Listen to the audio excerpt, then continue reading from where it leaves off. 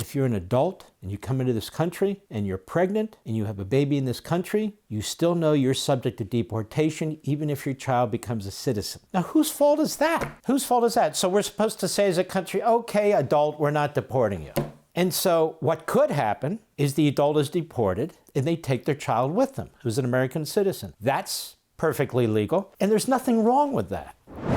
Now, what does a Trump victory mean? So we went to our favorite Marxist, Robert Reich. Robert Reich, as you know, over the years, we've used him as a foil, not recently. He was Secretary of Labor for a period of time, but he's an absolute jackass. So what does the victory mean? I thought it meant Hitler. I thought it meant dictatorship.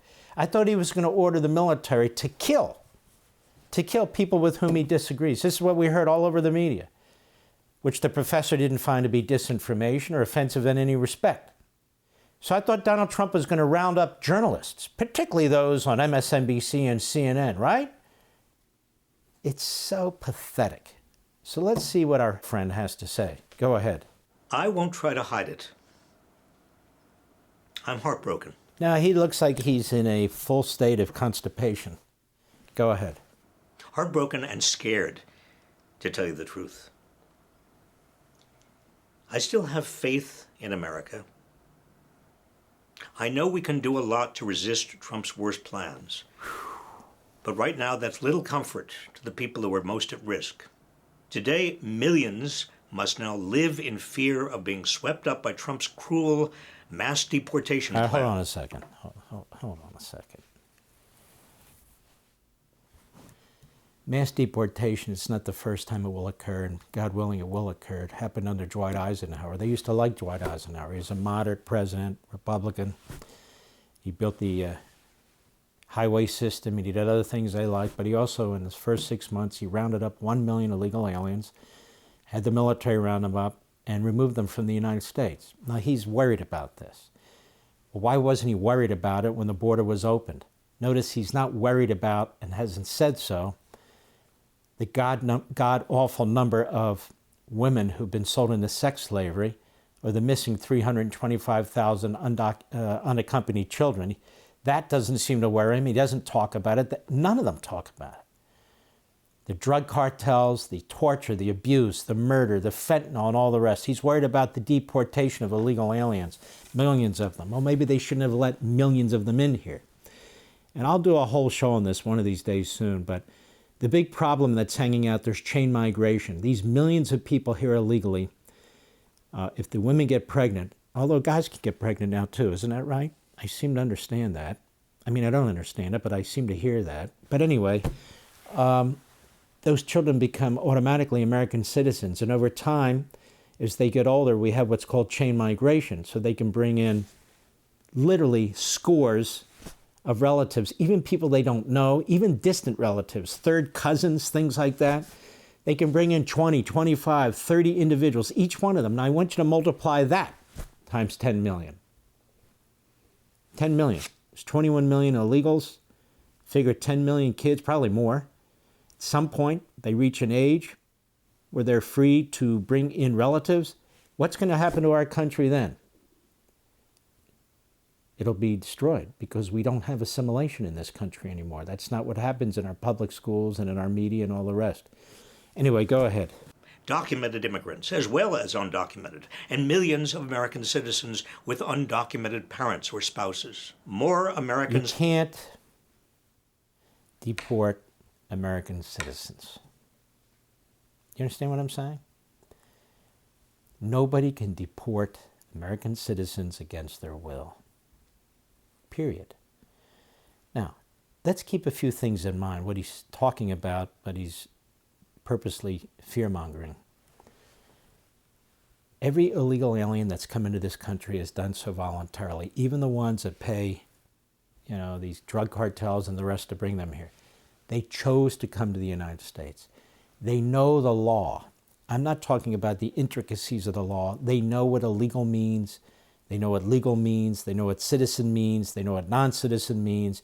This is something that is well known throughout the world, the third world, particularly in our hemisphere, with people who come here. That's number one.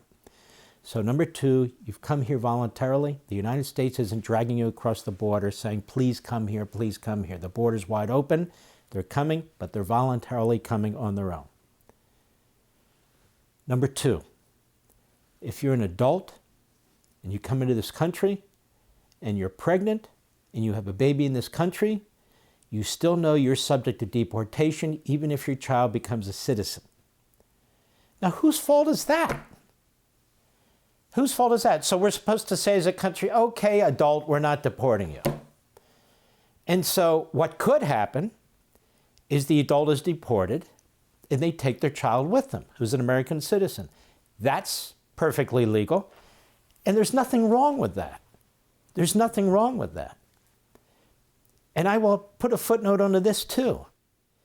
Nowhere is it written that somebody who's born in the United States of America is a citizen because they're born here. This is something that just happened through the bureaucracy. There's no federal law that provides for that. None. None. As I think I've explained here over the years in the past, the best we can do to figure this out is that the Social Security Administration made that decision because for bookkeeping purposes, it was just easier. And then this becomes the so-called law for every administrative court, for every constitutional court. And all of a sudden is, well, they're born here, so they're a citizen.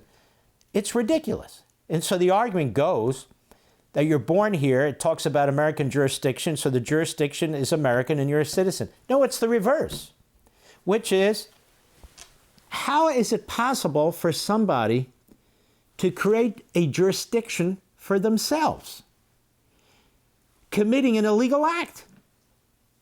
It's not. But look, what do I know? Go ahead.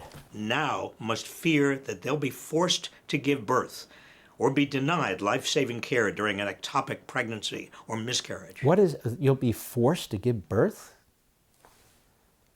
Somebody's forced to give birth? Isn't it the opposite? Everybody's running around getting abortions? That's what I heard right up to and through the election. So now you're forced to give birth during an ectopic pregnancy or miscarriage? You're not forced to give birth. Go ahead. Today, America has become less safe for trans people. Why? Who's stopping people from chopping off their genitalia or adding to it? Is there somebody stopping that? No. We're talking about sports. We're talking about the impact of people who do these things. They're free to do them to themselves and identify as whatever they want. But you're not free to destroy an entire culture, women's sports. That you're not free to do by saying, I identify as X, Y, or Z. Well, I guess it's X, Y. But you get the point. Go ahead.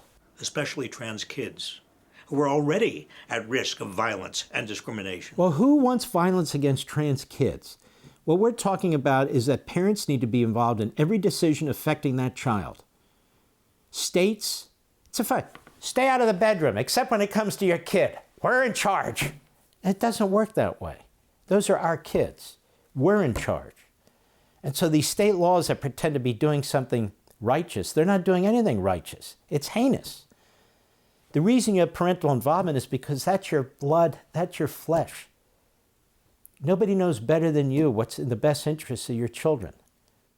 You have to be involved in these decisions, whether it is transitioning, whether it is abortion, because these people want the state to substitute for the parent and the parent's decision. Or the school system, for God's sakes. They can't even teach mathematics. And so this is a direct assault on the family, a direct assault on children, an empowerment of the state by a party that says, stay out of our bedroom, it's our body. Leave your hands off my kid. That's his or her body, and that's my kid. Go ahead. Anyone who has already faced prejudice and marginalization is now in greater danger. No, they're not. Trump has also promised to seek revenge against his political opponents. No, he hasn't. Countless Americans are endangered now on a scale and intensity almost unheard of. Let me ask you something. Don't you find these people to be psychopaths? The way they live and the way they think, there's something so wrong. They live in their own delusion. They live in their own imagination. And then they project it onto the rest of us and they spew this stuff.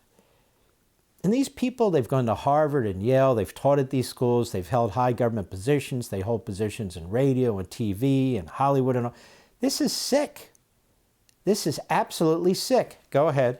In modern America, our first responsibility is to protect these people and resist these forces. Resist what and protect whom? I thought they believed in democracy. I thought they believed that you ought to accept the outcome of an election. Does this sound like this punk is doing that? No. He's lost his mind. For all this and much more, sign up for Levin TV.